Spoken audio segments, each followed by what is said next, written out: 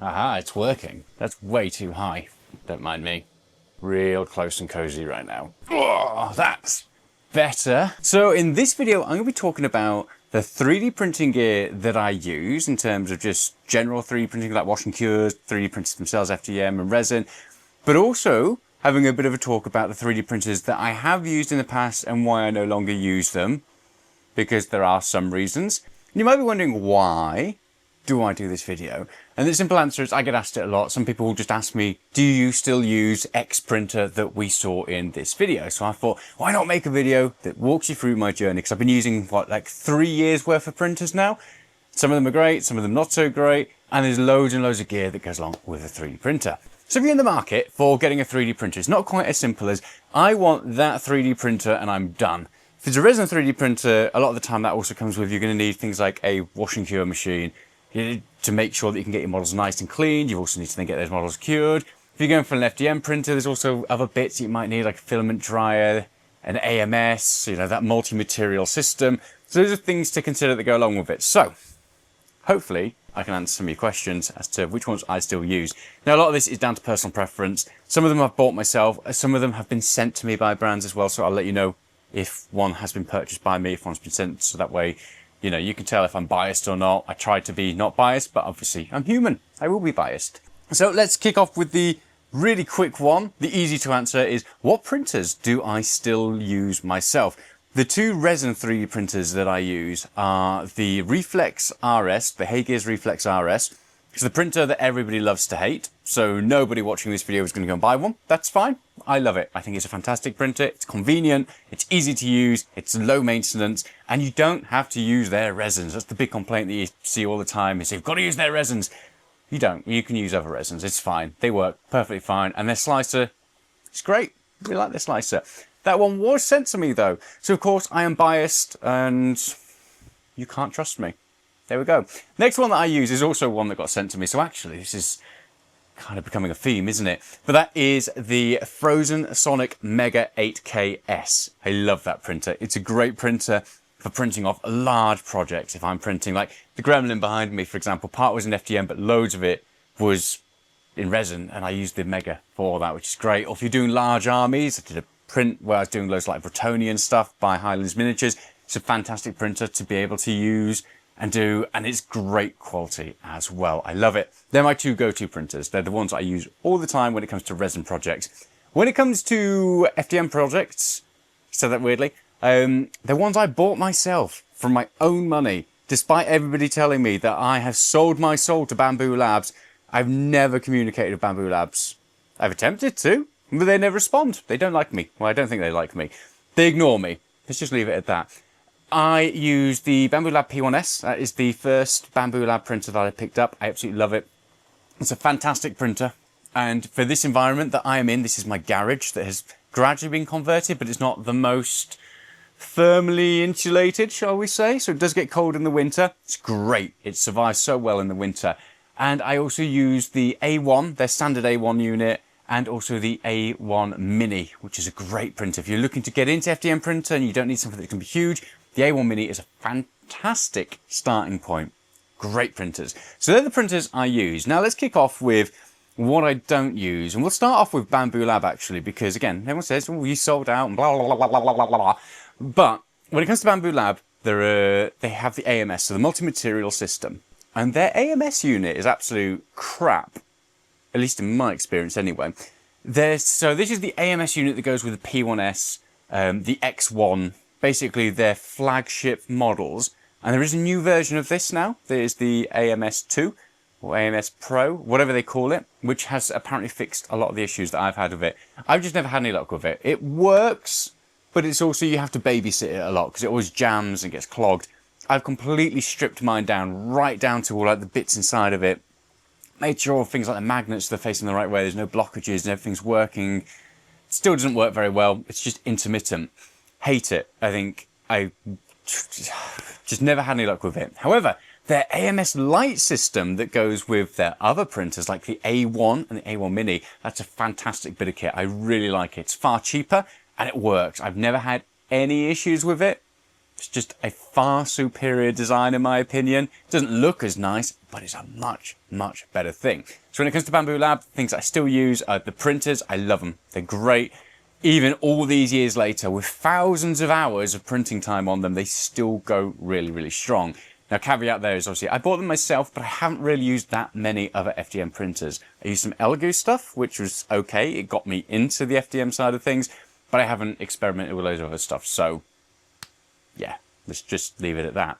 Okay, now coming across onto, like, I've got loads of printers up on top of the shelf. I think I've showed them off in one of my behind the scenes videos. Some of them have been sent to me, some of them I purchased myself. And let's go through a couple of those and why I don't use them. And honestly, the simple answer for the vast majority of the printers is just that I prefer the Reflex RS by Haygears and the Frozen Mega, because I've got two printers there that fit basically all of my needs. The Reflex RS is a medium-sized format printer, so it's quick, it's convenient, works pretty much like 99.9% of the time. I press print and it does it, and I don't have any issues with it. And if I want to do something larger, I've got the Mega, so I don't really need any of the others. Something like the Mighty, for example, the Sonic Mighty, which is a 12K resolution screen, because I got the upgrade kit for it, it falls into a bit of an odd place where actually I'd rather just use the Reflex RS, because it's easier to use, because it's just, I have to interact with the printer less, and if I need something bigger, I've got the Mega.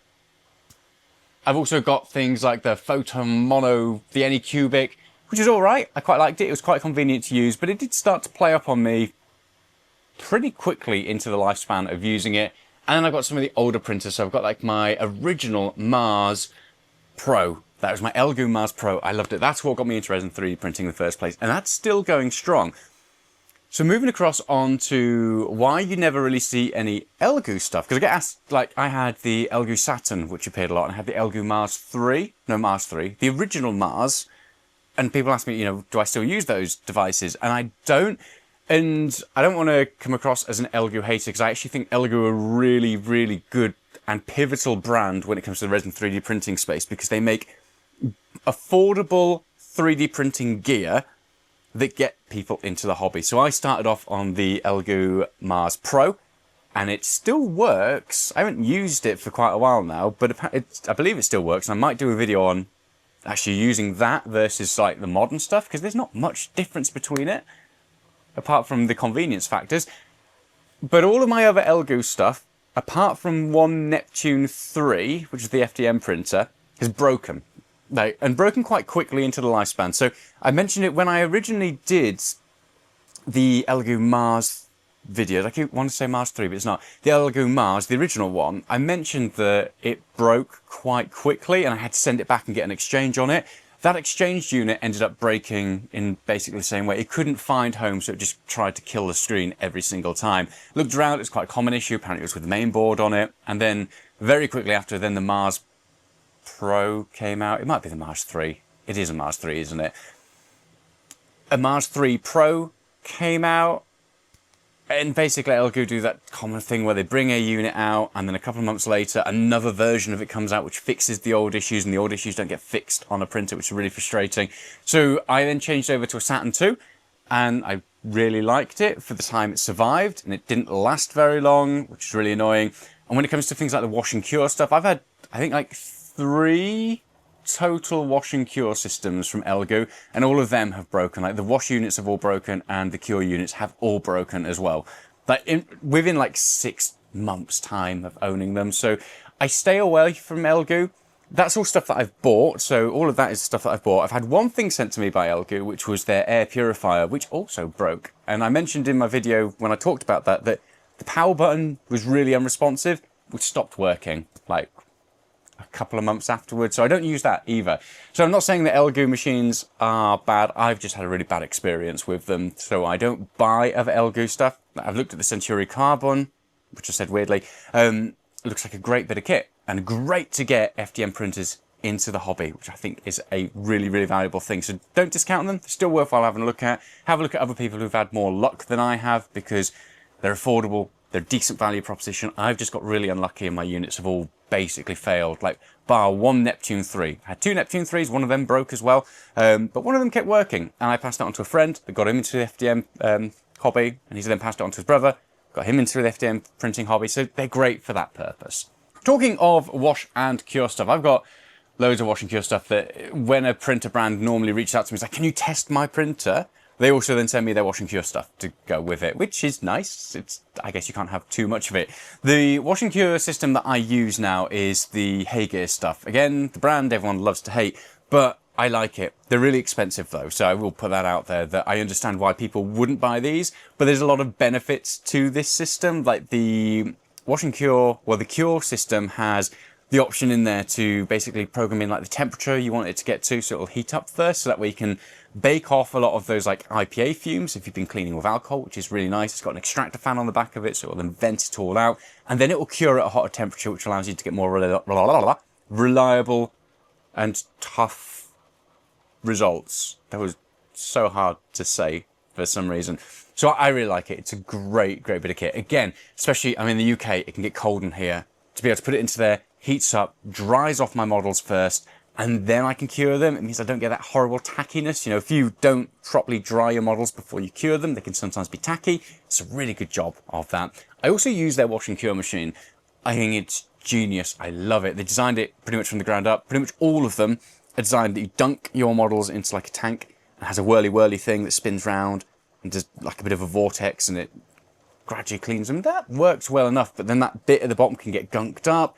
I think that's the vast majority of my Elegoo like wash machines have broken because they start to gunk up. You've got to really make sure you clean them.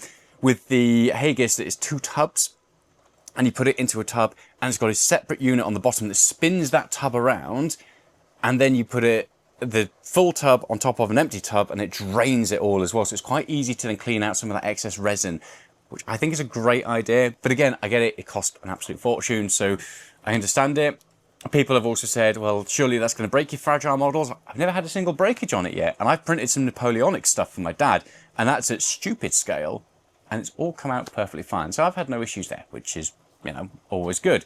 For resin, so some more, I guess, random bits. I still use my grow tent that is set up underneath my printers, my FDM printers that is, and I think it's great. I've done a video on this. If you are printing in a space where you cannot control the temperature or the environment, having a grow tent is a really good idea, at least if I say so myself. I've been using it now for about 2 years, maybe more, and I get great results. Even in winter when I'm out here and we start to go into the negative spaces, the negative temperatures, it still prints perfectly fine in there.